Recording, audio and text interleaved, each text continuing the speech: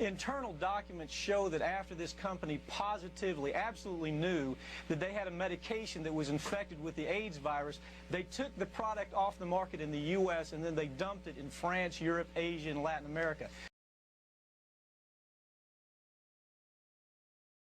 So hold on. So you're telling me that Bayer knew that this drug was infected with the AIDS virus, they yanked it from the market in America, and then they dumped it in markets overseas?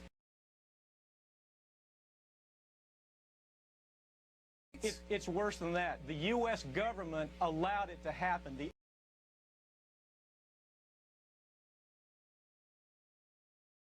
government officials in France that allowed that to happen actually had to go to prison for it.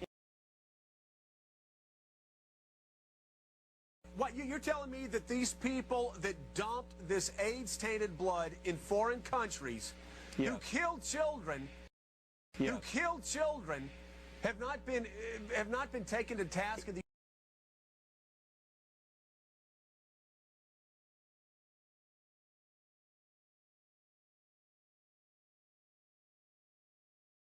It is difficult to imagine the feelings of unfairness that people must feel at being infected with something like hepatitis C or HIV. And to each and every one of those people, I would like to say sorry on behalf of the government for something that should not have happened.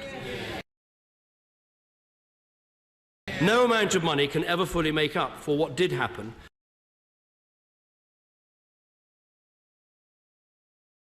I can confirm today the government will provide up to £25 million in 2015-16, £25 million.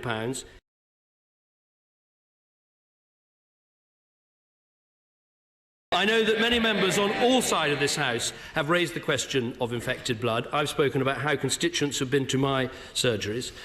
We're just outside Prime Minister David Cameron's house because members of the same group that Glenn's involved with are desperate actually to have a meeting with David Cameron, aren't you? Absolutely. And that's not forthcoming, is it? No.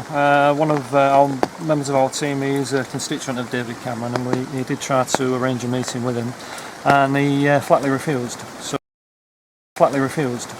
And I commit that if I'm Prime Minister in May, we will respond to the findings of this report as a matter of priority.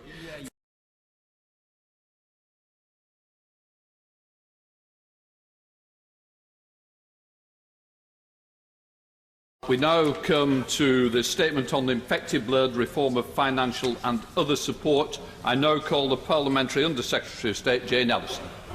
Thank you very much, Mr Deputy Speaker. I recognise that for some this will come too late.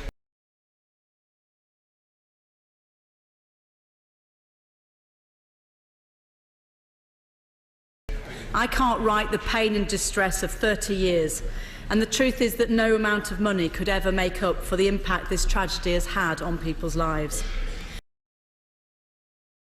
For legal reasons, I should be clear that in the majority of cases it is not appropriate to talk about compensation payments. It is not appropriate to talk about compensation payments. I have made that point before.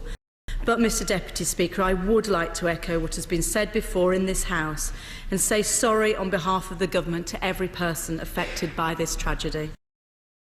And for this reason, I can announce today that the Department of Health has identified £100 million from its budget for the proposals set out in the consultation. This is in addition to the current spend and the £25 million already announced in March 2015. I know all too well of the ill health and other impacts on many of those affected by the tragedy of infected blood. I have corresponded with many of those affected.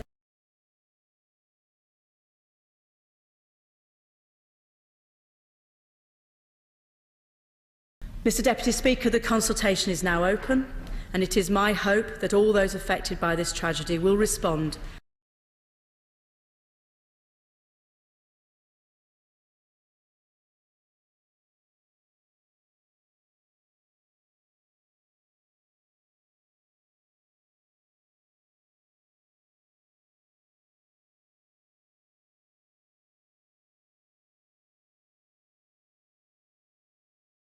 Simple fact is, the government poisoned us, and now they refuse to atone for their sins. It's not hard. No,